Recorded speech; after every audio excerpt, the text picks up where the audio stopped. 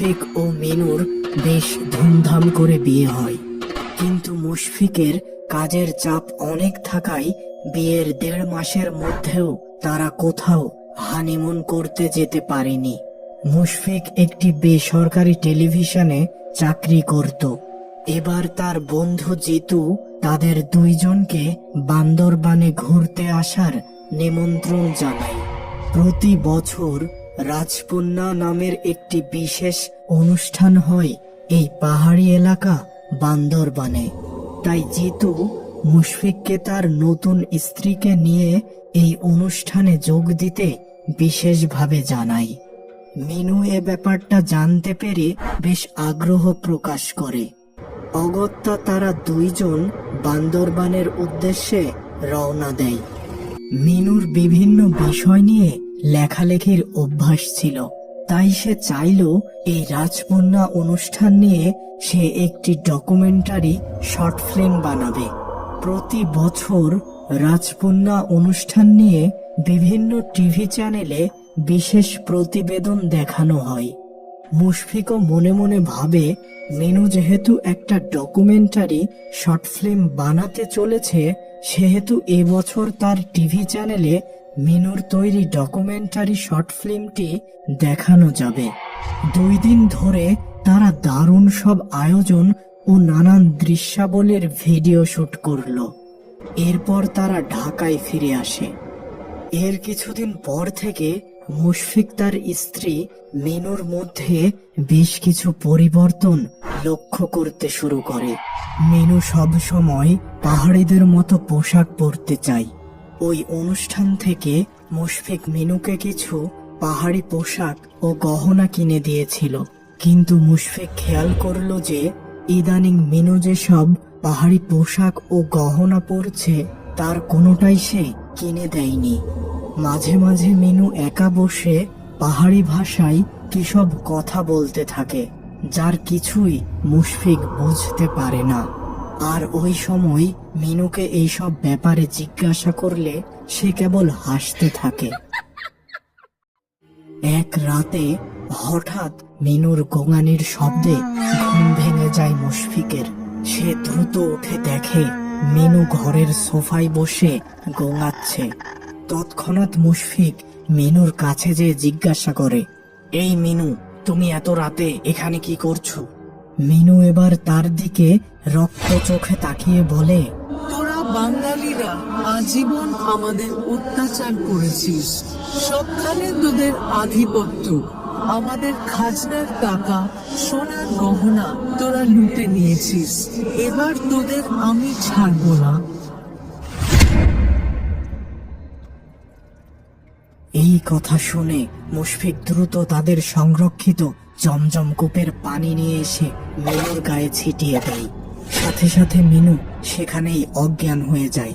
ওই রাতেই মুশফিক তার বন্ধু জিতুকে এইসব ব্যাপার জানায়। পরের দিন জিতু মুশফিকদের বাসায় এসে হাজির এবং রাজপুন্নার ব্যাপারে অনেক কিছু জানায়। রাজপুন্না হলো পাহাড়ি রাজা বাদশার অনুষ্ঠান। বছরের একটি বিশেষ দিনে প্রজারা খাজনা দিয়ে থাকে, আর ওই দিনই রাজপুন্না অনুষ্ঠান হয়। একবার এক মাধব নামের বাঙালি পুরুষ রাজবংশীয় এক নারী অলকাকে প্রেম নিবেদন করে। অলকাও তার প্রেমে পড়ে তাকে বিশ্বাস করে।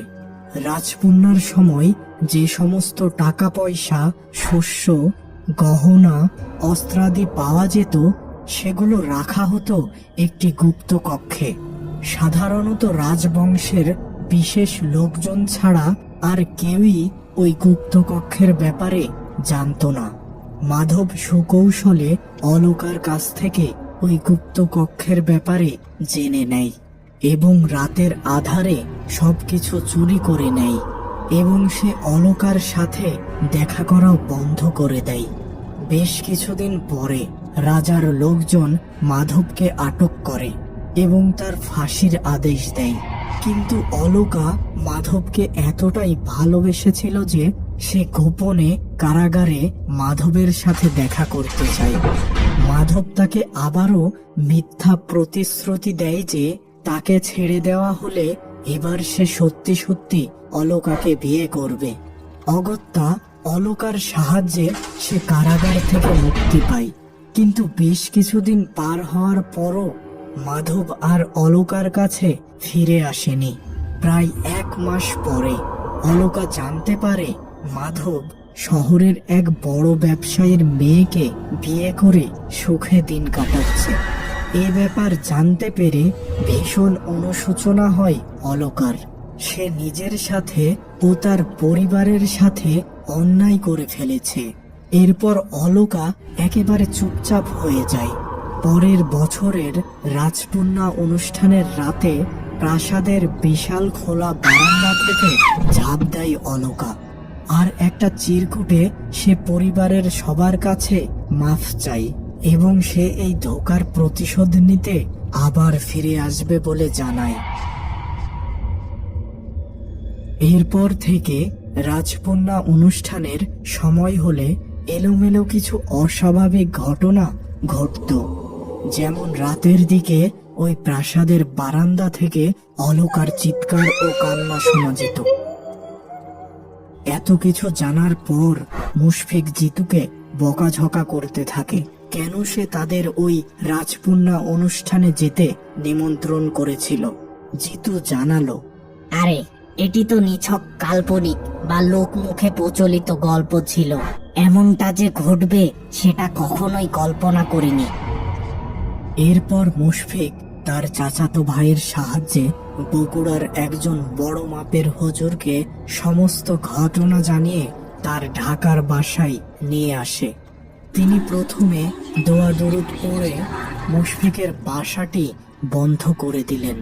এবার মুশফিক তাকে জিজ্ঞাসা করলো, আচ্ছা মিনুর উপর কি কোনো আত্মা ভর করেছে? মানুষ মারা গেলে তার আত্মা কখনোই এই পৃথিবীতে আর ফিরে আসতে পারে না। পবিত্র আত্মা হলে রহমতের ফেরেশতারা নিয়ে যায়, আর অপবিত্র আত্মা হলে আযাবের ফেরেশতা। তাহলে মিনুর উপর কি ভর করেছে? এ কথা সত্যি যে অলকা মেয়েটি আত্মহত্যা করেছিল, আর তার মারা যাবার সময় আশেপাশে নিশ্চিত কোনো দুষ্ট জিন ছিল, আর ওই জিন সুযোগ বুঝে ওই অলকা মেয়ের রূপ ধরে মানুষদের ভয় দেখাতে শুরু করে। দুষ্ট জিনদের কাজ হলো মানুষদের বিরক্ত করা। তবে এখন উপায় কি? উপায় তো আছেই। শোনো, ওই দুষ্ট জিনটি অনেকদিন ধরে একটা শরীরের আশ্রয় খুঁজছিল। বৌমার মধ্যে বিশেষ কিছু ব্যাপার ছিল যা ওই জিনটিকে তার শরীরের উপর নিয়ন্ত্রণ নিতে সাহায্য করেছিল। এখন তোমার কাজ হলো বৌমার ব্যবহারকৃত পানিতে সব সময় জমজম কূপের পানি ছিটিয়ে দেবে, আর 1 বোতল সরিষার তেল নিয়ে আসো। আমি দোয়া কালাম পড়ে দিচ্ছি, আশা করি আর সমস্যা হবে না। এর প্রায় 2 মাস পর মিনু সুস্থ ও স্বাভাবিক হয়ে গেল। আর হুজুরের থেকে খবর এসেছিল তিনি ও আরো কিছু হুজুর মিলে ওই দুষ্ট জিনটিকে তার নিজের দেশে পাঠিয়ে দিয়েছে।